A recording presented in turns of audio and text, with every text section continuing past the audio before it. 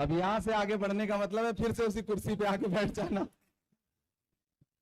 दोस्तों, आज मैं ये सोच के आया था कि मैं मुशायरे में नीचे बैठ करके सिर्फ सुनूंगा, सुनाना नहीं है आज, लेकिन नदीम भाई हमारे साथी, उनका हुक्म हुआ कि सुनाना भी पड़ेगा, बतौर शायर भी आपको माइक पे आना पड़ेगा। हालांकि यहाँ पे अखिलेश भाई, शक्ति सिंह भाई, अनिल हमारे साथी, विशाल भाई लोकसभा के सांसद, अभी वर्षा जी आई थी, प्रतिभा जी आई थी, श्याम बर्वे आए थे।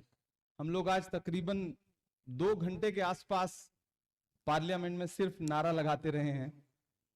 तो वहां मैं नारा लगाता था, फिर मुझे याद आता था कि शाम में मुशायरा भी है। तो अब जिंदगी ने ऐसा काम दे दिया है कि वहां नारा लगाओ खड़े होकर के, तब भी लगता है कि हम किसी स्टेज पर खड़े हैं और आवाम को बेदार करने की कोशिश कर रहे हैं। हाकिम वक्त माइक पीछे कुछ भी सुनने को तैयार नहीं है, ठीक है, लेकिन हम उन्हें वक्त वक्त पर एहसास दिलाते रहेंगे मैं जाके कि तेरी शोला बयानी से ज्यादा कौन समझेगा।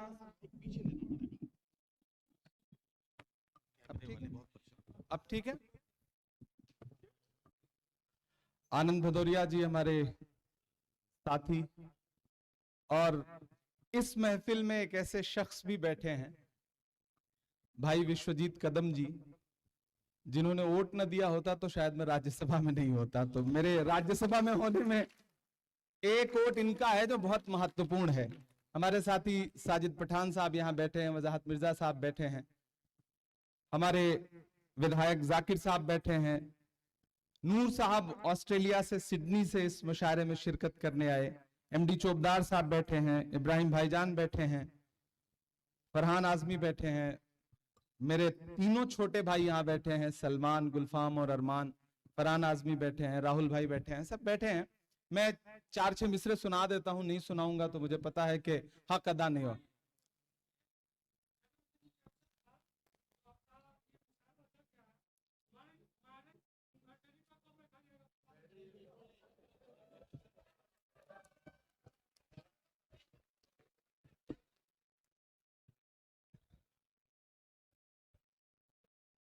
चलिए, दरअसल मैं कांग्रेस पार्टी में हूं, हमारे नेता हैं राहुल गांधी। हम अपने नेता को फॉलो कर रहे हैं, देखेंगे फिर। तेरी शोला बयानी से ज्यादा कौन समझेगा, लहू का रंग पानी से ज्यादा कौन समझेगा। वक्त के वह हाकिम जिन्हें लगता है कि सब कुछ उनकी मुट्ठी में है, उन्हें यह समझना पड़ेगा कि तेरी शोला बयानी से ज्यादा कौन समझेगा, लहू का रंग पानी से ज्यादा कौन समझेगा। अजी कुदरत की लाठी में कहां आवाज होती है, अजी कुदरत की लाठी में कहां आवाज होती है। ये बातें आडवाणी से ज्यादा आडवाणी से क्या कहना ज्यादा कौन समझेगा। वाह हैं आप लोग थके तो नहीं है? 1956 में व्हाइट हाउस में दाखिल होने से 4 साल पहले हार्वर्ड यूनिवर्सिटी में लेक्चर देते हुए, बच्चों से खिताब करते हुए, अमेरिका के 35वें प्रेसिडेंट जॉन एफ कैनेडी ने कहा था कि अगर शायरों को सियासत समझ में आती और सियासतदानों को शायरी समझ में आती, अगर शायरों को सियासत समझ में आती और सियासतदानों को शायरी समझ में आती, तो ये दुनिया रहने के लिए और खूबसूरत हो सकती है। वाह मैं कोशिश कर रहा हूं कि दोनों के बीच में पुल बन सकूं। हमारे बड़े बुजुर्ग इकबाल अशर साहब, आजम शाकिरी साहब, हमारे बुजुर्ग नदीम फर्रुख साहब, ओहो कलीम समर साहब, मारूफ रायबरेलवी हमारे बहुत अच्छे दोस्त, और जिनका शेर मैंने पिछले दिनों पार्लियामेंट में कोट किया था, ऐसे हमारे साथी अमीर इमाम साहब, जी शाहिद करीम हमारा छोटा भाई, तबरेज हाशमी हमारा। क्या हुआ? कुछ नहीं है, तो माइक तो पार्लियामेंट में बंद हो जाता है, तो यहाँ कौन सी बड़ी चीज?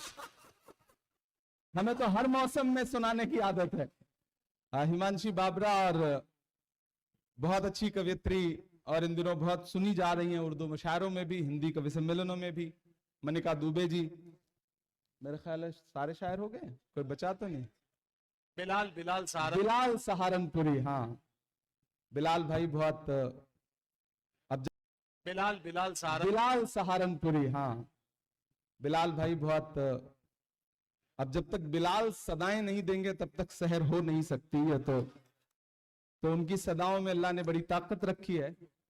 और ऐसे ही माहौल से, ऐसे ही मौसम से निकल के हमने ऐसे ही सामने बैठ के प्रतापगढ़ में तमाम मुशायरों में अपने इन बड़ों को सुना है। और उन दिनों जब स्टेज पे बैठता था तो सोचता था कि कभी वो मौका आएगा कि एक दिन हिंदुस्तान की सबसे बड़ी पंचायत में बैठ के अपनी आवाज बुलंद करेंगे। और कोई एक ताकत है जो आपसे काम लेने के लिए आपको चुनती है, आप में कोई हुनर नहीं होता, ये मेरा शिद्दत से मानना है। ऊपर वाले ने इंतखाब किया, चुना, मैं कोशिश कर रहा हूं कि मैं अपनी जिम्मेदारी निभाऊं। मैं एक नज्म सुनाऊंगा, एक मतला, 2-3 शेर सुनाऊंगा। पीछे जो कुछ बेचैन रूहें हैं उनसे गुजारिश है कि वो बैठें। अब तो हम और आप हैं, बिल्कुल उसी तरह जैसे आप बैठे आराम से। अब तो माशाल्लाह पूरा भरा हुआ मामला है। वक्त पर दाद देते रहिएगा, मैं सुनाता रहूंगा कि जख्म पर जख्म खा के निकले हैं। आज हम लोग वेल में गए, सारे लोग ये जो आगे बैठे हैं। कल हो सकता है, कल जो नोटिफिकेशन आए उसमें हम सब सस्पेंड हो चुके हों, ऐसे चांसेस पूरे हैं। पिछली बार ऐसे ही हम मणिपुर पे प्रोटेस्ट कर रहे थे तो 146 एमपीज को एक साथ सस्पेंड किया गया, लोकसभा और राज्यसभा के। हम बाहर निकले तो मीडिया के साथियों ने कहा मजा आया, तंज किया उन्होंने। तो हमने कहा कि जिन मुद्दों पर हम प्रोटेस्ट कर रहे हैं, अगर आज हमें सस्पेंड ना किया गया होता तो हमें लगता कि हमारा नाम बहादुरों में नहीं बल्कि बुजदिलों में लिखा जा रहा है। हम अपना हक अदा कर रहे हैं, अपनी जिम्मेदारी निभा रहे हैं।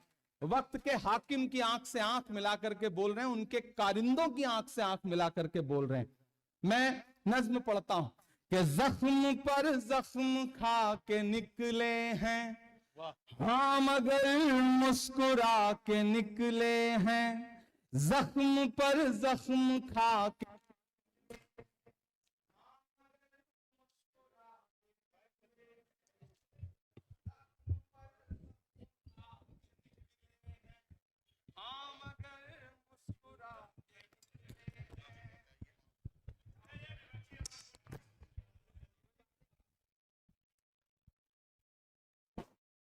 चल रहा है? हेलो, हाँ चल रहा है। जख्म पर जख्म खा के निकले हैं, हाँ मगर मुस्कुरा के निकले हैं। सर झुकाने का हुक्म जब आया, अब तैयार रहिएगा यहां से वहां तक। सर झुकाने का हुक्म जब आया और भी सर उठा के निकले हैं, नारे हक लगा के निकले हैं, नारे हक लगा के निकले हैं। जख्म पे जख्म खा के निकले हैं, हाँ मगर मुस्कुरा के निकले हैं। सर झुकाने का हुक्म जब आया क्या कहना, और भी सर उठा के निकले हैं, वाह वाह वाह वाह। नारे हक लगा के निकले हैं। कि जुल्म की रात से नहीं डरते, जुल्म की रात से नहीं डरते, सख्त हालात से नहीं डरते। तुमको तारीख ये बता देगी, तुमको तारीख ये बता देगी, हम किसी बात से नहीं डरते, हम किसी बात से नहीं डरते। झूठ के हाकिमों के चेहरे पर, वाह, झूठ के हाकिमों के चेहरे पर आईना हम दिखा के निकले हैं, वाह, नारे हक लगा के निकले हैं, नारे हक लगा के निकले हैं। अखिलेश भाई बिहार से आते हैं।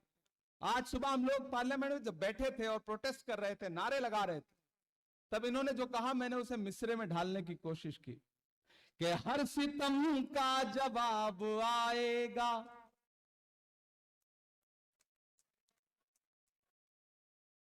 हर सितम का जवाब आएगा।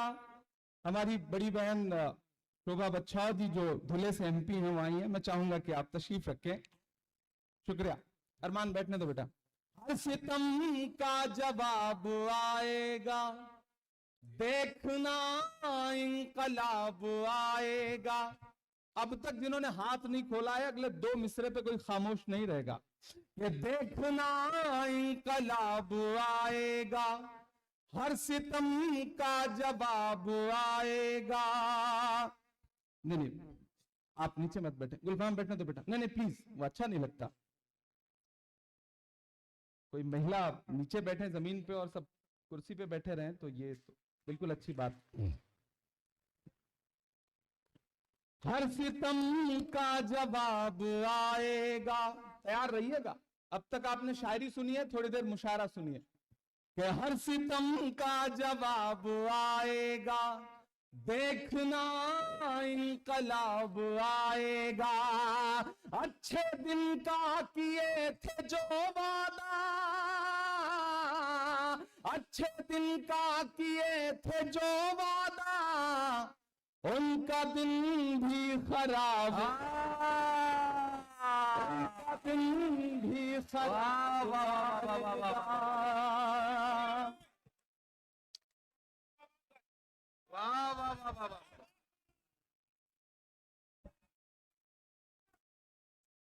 हर सितम का जवाब आएगा, देखना इंकलाब आएगा। अच्छे दिन का किए थे जो वादा, उनका दिन भी खराब आएगा।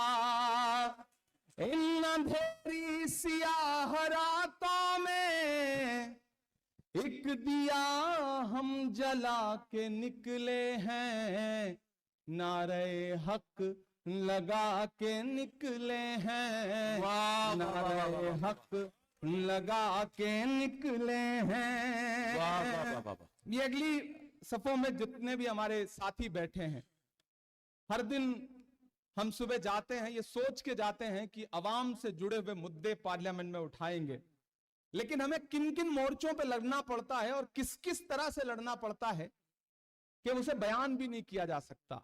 लेकिन हम फिर भी लड़ रहे हैं, हम फिर भी बोल रहे हैं, इसके बावजूद कि झूठ को नापसंद करते हैं, वाह, सच का नारा बुलंद करते हैं। ये हम सारे सियासतदानों की तरफ से जो आज के दौर में हाकिम की आंख से आंख मिला के बोल रहे हैं, उनकी तरफ से ये शेर पढ़ रहा हूं जी। कि झूठ को नापसंद करते हैं, क्या कहना। सच का नारा बुलंद करते हैं। हाकिमे वक्त से अदावत है, हाकिमे वक्त से अदावत है, वो हमें कम पसंद कर, वो हमें कम पसंद करते हैं। लेकिन उसके बावजूद आप पार्लियामेंट की कार्रवाई उठा के देख लीजिए, उनके चेहरों पे 12 बजे होते हैं, और इधर से हम लोग मस्त नारा लगा रहे हैं, लड़ भिड़ रहे हैं, लेकिन कोई खौफ नहीं, कोई डर नहीं, क्योंकि कोई एक शख्स है हिंदुस्तान की सियासत में जो कहता है डरो मत, और हम उसे निभाने की कोशिश भी कर रहे हैं कि झूठ को नापसंद करते हैं, सच का नारा बुलंद करते हैं, हाकिमे वक्त से अदावत है, वो हमें कम पसंद करते हैं, हम तो निकले हैं मुस्कुराते हुए, हम तो निकले हैं मुस्कुराते हुए, और वो तिल मिला के निकले लगा नारे हक लगा के निकले हैं, जख्म पे जख्म खा के निकले हैं। बहुत शुक्रिया, बहुत मोहब्बतें, मैं क्या क्या सुनाऊं, बहुत मेरे लिए भी मुश्किल है। हाँ वो सुना, वो भी सुना, लाल किला भी सुना दूंगा। अच्छा वो भी सुना देंगे, सब सुना देंगे, आप बैठो। हाथ पकड़ लेता होगा। अब कौन सी फरमाइश कर रहा है? कोई नहीं, ये भटकती हुई रूहें हैं, हम इनका खैर मकदम करते हैं। ये हमारी नई नस्लें हैं, इन्हें मोहब्बत से मोहब्बत है, इसलिए इनका हक है कि वो कुछ भी डिमांड करें।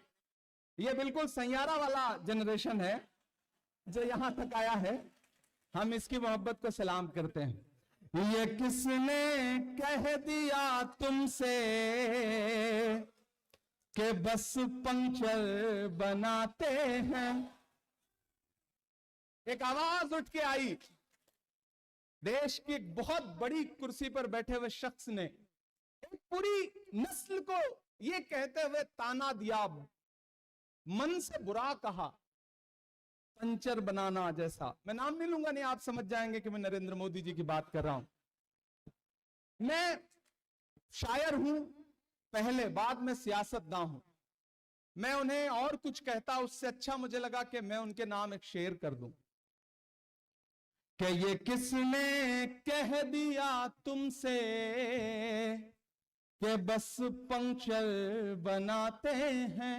तमाम नाम आपकी आंखों में उभर आएंगे जब मैं अगला मिसरा पढ़ूंगा, और यहां से वहां तक कोई भी हाथ खामोश ना रहे। ये किसने कह दिया तुमसे कि बस पंक्चर बनाते हैं। ये किसने कह दिया तुमसे कि बस पंक्चर बनाते हैं। वतन पर हंस के जो कट जाएं ऐसे सर बनाते हैं। वतन पर हंस के जो कट जाएं बनाते हैं। मैं फिर से पढ़ता हूं शेर को, आपकी तालियों का शोर पहुंचना चाहिए वहां तक जहां तक मुझे पहुंचाना है। कि ये किसने कह दिया तुमसे कि बस पंक्चर बनाते हैं। ये किसने कह दिया तुमसे कि बस पंक्चर बनाते हैं। वतन पर हंस के जो कट जाएं ऐसे सर बनाते हैं। वतन पर हंस के जो कट जाएं ऐसे सर बनाते हैं। और जो मेरा छोटा भाई जिस शेर की फरमाइश कर रहा था, या जिस तरह के कलाम की फरमाइश कर रहा था, उसके नाम ये शेर कि गजल में हम भी कर सकते हैं हुस्नो इश्क की बातें। गजल में हम भी कर सकते हैं हुस्नो इश्क की बातें। गजल में हम भी कर सकते हैं हुस्नो इश्क की बातें। मगर हालात हमको मोम से पत्थर बनाते हैं। हालात हमको मोम से पत्थर बनाते हैं। और एक शेर पढ़ता हूं, अगर आपको ये लगे कि आपका इमरान सियासतदानों की जमात में जाके बदला नहीं बल्कि आप जैसा ही है, जैसा आप सोचते थे वैसा ही है, तो मुझे उसी तरह की दुआएं भी चाहिए कि उन्हें बुलडोजरों के बाजुओं पर नाज है लेकिन, वाह, उन्हें बुलडोजरों के बाजुओं पर नाज है लेकिन, उन्हें बुलडोजरों के बाजुओं पर नाज है लेकिन, हमारा फर्ज है हम बेघरों के घर हमारा फर्ज है हम बेघरों के घर बनाते, हमारा फर्ज है हम बेघरों के घर बनाते हैं। उन्हें बुलडोजरों के बाजुओं पर नाज है लेकिन, क्या कहना। एक नारा है ना कि नफरत के बाजार में मोहब्बत की दुकान खोल रहा हूं, वह शेर में उभर आएगा। उन्हें बुलडोजरों के बाजुओं पर नाज है लेकिन, हमारा फर्ज है हम बेघरों के घर बनाते हैं। और एक शेर, शक्ति भाई गुजरात से आते हैं, शेर सुनिएगा कि अजब है कैनवस उनका, अजब उनकी कलाकारी। अजब है कैनवस उनका, अजब उनकी आप कलाकारी। इतनी दाद दीजिएगा कि शक्ति भाई जब फ्राइडे को पार्लियामेंट बंद हो और ये गुजरात जाएं तो लेकर जाएं इस शेर को कि अजब है कैनवस उनका, अजब उनकी कलाकारी। आप पहुंच जाएंगे, इशारे में कह रहा हूं। अजब है कैनवस उनका, अजब उनकी कलाकारी, वो जो मंजर बनाते हैं लहू में तर बनाते हैं, वो जो मंजर बनाते हैं लहू में तर बनाते हैं। ये किसने कह दिया तुमसे कि बस पंक्चर बनाते हैं, ये किसने कह दिया तुमसे कि बस पंक्चर बनाते हैं।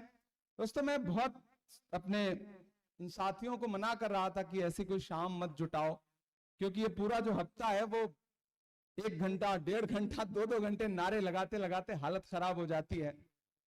लेकिन इन साथियों का इसरार था, अहमद का, शमीम का, वाहिद कुरैशी का, महमूद का, बाकी जो साथी हैं हमारे ख्वाजा बिलाल का, इन सारे लोगों का। और ये मौका भी ऐसा होता है कि जब वो पुराने दोस्त जिनके साथ गिल्ली डंडा भी खेला है और क्रिकेट भी खेला है वो भी आज आए हुए हैं, तो मैं कोशिश करता हूं कि उनके सामने पिटाई भी की है अब्बू ने, तो वो सारे मंजर मुझे याद भी रहते हैं। तो जब मैं उनसे मिलता हूं तो कोशिश करता हूं कि उनसे मिलूं ताकि उनके सामने जब भी बैठूं तो अपनी हैसियत का एहसास रहे कि हम कहां से निकले और कहां चल के आए हैं। और आप सबसे भी गुजारिश है कि जिंदगी में कितना भी कामयाब हो जाइए, कामयाबी की चाहे जितनी बुलंदियां छू लीजिए, जो आपके साथ पुराने दोस्त जिन्होंने आपके साथ पढ़ाई की है, जिन्होंने आपके साथ खेला है, जिन्होंने आपके साथ आपके अब्बू के, आपके पिताजी के हाथों पिटने में आपका साथ दिया है, ऐसे दोस्तों को कभी छोड़िएगा मत, कभी उनसे भागिएगा मत। और जो आप जिन माहौल से निकल के आए हैं, जहां से आए हैं, उस पर कभी शर्मिंदा मत होइएगा। मैं गांव से आया हूं तो मुझे फख्र होता है, मैं किसी भी मीडिया चैनल पे बैठूं तो मैं बड़े फख्र से उनसे बताता हूं कि मैं साइकिल से 12 किलोमीटर पढ़ने जाता था, बड़ी मुश्किलों से पैसे जुटते थे, बड़ी मुश्किलों से दोस्तों के साथ जिंदगी ने कितने खूबसूरत लम्हे देखे हैं। और तब एक वक्त था, अखिलेश भाई, मैं अक्सर आप सबसे ये बात कहता भी हूं, आप इस बात को खुद रिपीट करके सोचना कि जब जेब में पैसे नहीं होते थे तो किसी भी दुकान में जाने के बाद हर सामान अच्छा लगता था, हर सामान खरीद लेने का मन करता था। जब जेब पैसे से भर जाती है, मॉल में चले जाइए, पूरा मॉल घूम लीजिए, एक भी चीज पसंद आने में बड़ी मुश्किल होती है। तो कभी कभी लगता है कि पैसा आ जाने के बाद भी वो सब जो हमें खुश रखता था, जो हमें खुशियां मिलती थी, वो चीजें कहीं जो है वो बदल सी गई हैं। तो वो जो वक्त है उसकी अहमियत जरूर करिए। वक्त की अहमियत होती है, जो अखबार सुबह 5 रुपए का एक मिलता है, वो शाम होते होते 5 रुपए का 1 किलो मिलता है। तो वक्त की अहमियत जरूरी है। और दोस्तों, किसी ने कहा है कि शेर जब तक अपनी कहानियां खुद लिखना नहीं सीखेंगे, तब तक अपनी कहानियों में शिकारी खुद को महान बताते रहेंगे। इसलिए अपनी कहानियां खुद लिखने की कोशिशें करिए। आज इस मुशायरे में मुबारकबाद लेने से ज्यादा जरूरी था कि मैं अपने उन शायर दोस्तों की महफिल में जाके फिर से बैठूं, ताकि अपने उन पुराने दिनों को याद करूं जो बड़े खूबसूरत थे, जो बड़े प्यारे थे। मुझे 1-2 नज़्में और सुनाने का हुक्म है, मैं वो सुना दूंगा। पहले लाल किला सुनाने के लिए किसी ने कहा है, मैं वो सुना दूं। हाँ, वो भी सुना दूंगा। हाँ, वो पहले वो सुना देता हूं कि मैं खाक बशर नामियों मशहूर भी न था, शेरो सुखन का घर में तो दस्तूर भी न था। लोग मुझसे पूछते हैं, अब्बा शायर थे, दादा शायर थे? मैंने कहा नहीं भैया, खानदान में 7 पीढ़ियों तक कोई शायर नहीं था, और मैं कोशिश करूंगा कि आने वाली 7 पीढ़ियों तक भी कोई ना हो, क्योंकि मैं जिस दर्द से गुजरा हूं, मैं नहीं चाहता कि और कोई इस दर्द से गुजरे। और उधर शक्ति भाई, हमारे कुंवारा क्लब के जो नेशनल चेयरपर्सन है, वो कह रहे हैं कि ऐसे मंजर हम आने नहीं देंगे। ये आज सुबह जब खरगे जी और सारे लोग हम केक काट के दुआएं दे रहे थे, तो वहां भी खड़े होके ये कह रहे थे कि आज के दिन हम दुआ करते हैं कि आप अकेले रहें। तो हमने कहा इसे आप दुआ मानते हैं, बहुत सारे लोग इसे बद्दुआ मान लेंगे, तो वो मुनासिब नहीं रहेगा। कि मैं खाक बशर नामियों मशहूर भी न था, शेरो सुखन का घर में तो दस्तूर भी न था। जलता रहा चराग की मानिंद हर तरफ, जलता रहा चराग की मानिंद हर तरफ, बुझना मेरा खुदा को तो मंजूर भी न था। हमारे जो साथी बैठे हैं, बहुत सारे लोग हैं जो कुरान को समझते हैं। उसमें एक लाइन है, एक आपके लिए बताऊं कि एक सेंटेंस है, वतो इज्जो मंतशा वतो जिल्लो मंतशा। खुदा जिसे चाहे इज्जत दे, खुदा जिसे चाहे जिल्लत दे। मैं पढ़ रहा हूं कि मैं खाक बशर नामियों मशहूर भी न था, शेरो सुखन का घर में तो दस्तूर भी न था। जलता रहा चराग की मानिंद हर तरफ, बुझना मेरा खुदा को तो मंजूर भी न था। उसने किसी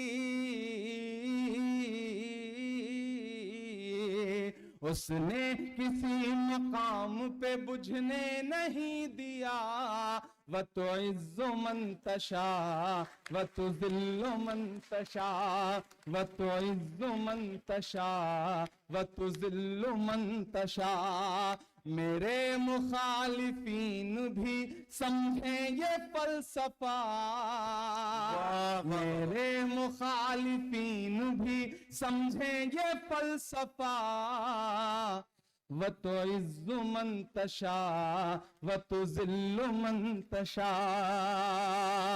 के बागी मिजाज था तो सियासत खिलाफ थी, बागी मिजाज था तो सियासत खिलाफ थी, हाकिम खिलाफ थे तो हुकूमत खिलाफ थी। वाह वाह वाह वाह। अगली जो 2 लाइनें वो आप सबकी जिंदगी की लाइनें हैं कि बागी मिजाज था तो हुकूमत खिलाफ थी, हाकिम खिलाफ थे तो सियासत खिलाफ थी। कश्ती भंवर में थी, कश्ती भंवर में थी, मेरी किस्मत खिलाफ थी, और उस पे ना खुदाओं की नीयत खिलाफ थी। वाह वाह वाह वाह वाह।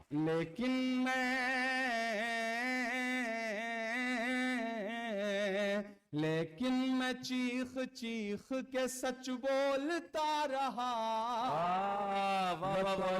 मंतशा व तो दिल्लु मंतशा, मेरे मुखालिफीन भी समझे ये फलसफा, व तुइज़्ज़ु मंतशा व तुज़िल्लु। Thank you thank you thank you thank you. इस तरह के चांदी के मुकुट मत भेंट करिए, वरना ईडी भी घर आ जाएगी, कोई भरोसा नहीं। तो मैं इसे अखिलेश भाई को समर्पित कर दूंगा, यही सही आदमी है जिनको ईडी वीडी इनका कुछ बिगाड़ नहीं सकती है।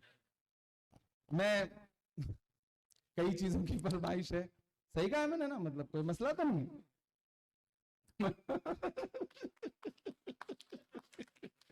कि झुलस रही है आग में दुनिया पानी लिख। वाह वाह वाह वाह वाह वाह वाह वाह वाह। शेर पढ़ता हूं, थोड़ी देर आप रंग में आ जाएं। अब तक मुशायरा सुनाया, थोड़ी सी कोशिश करता हूं हल्की फुल्की शायरी भी जो मेरी हैसियत है वो सुना सकूं आपको। कि झुलस रही है क्या कहना, आग में दुनिया पानी लिख। हम कलमकारों के नाम, कि झुलस रही है आग में दुनिया पानी लिख। झुलस रही है आग में दुनिया पानी लिख। झुलस रही है आग में दुनिया पानी लिख।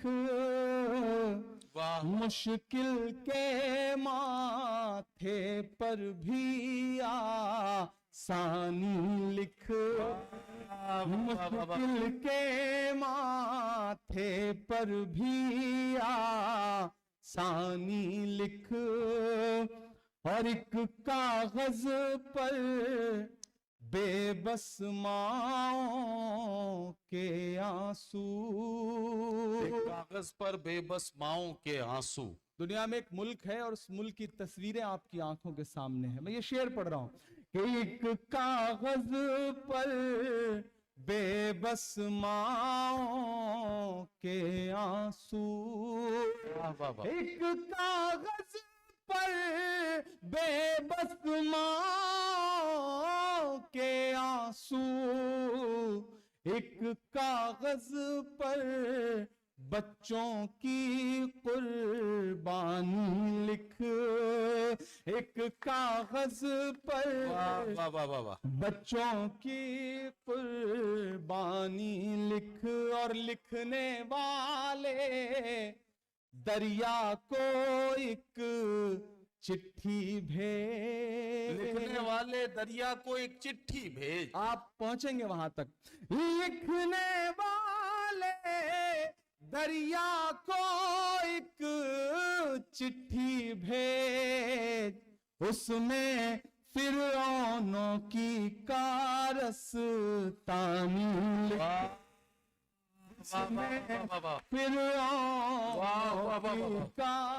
कारस्तानी लिख। लिखने वाले दरिया को एक चिट्ठी भेज। उसमें फिरौनों की कारस्तानी लिख। वाह वाह वाह। और गूंगी तहरीरों को मानी मत पहना। गूंगी तहरीरों को मानी मत कहना। गूंगी तहरीरों को मानी मत पहना। मीडिया के साथी हों, बाकी कलमकार हों, मैं उनके नाम ये शेर पढ़ रहा हूं कि गूंगी तहरीरों को मानी मत पहना। गूंगी तहरीरों को मानी मत पहना।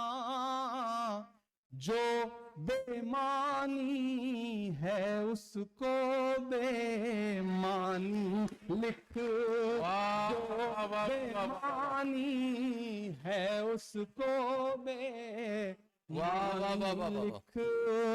गूंगी तहरीरों को मानी मत पहना।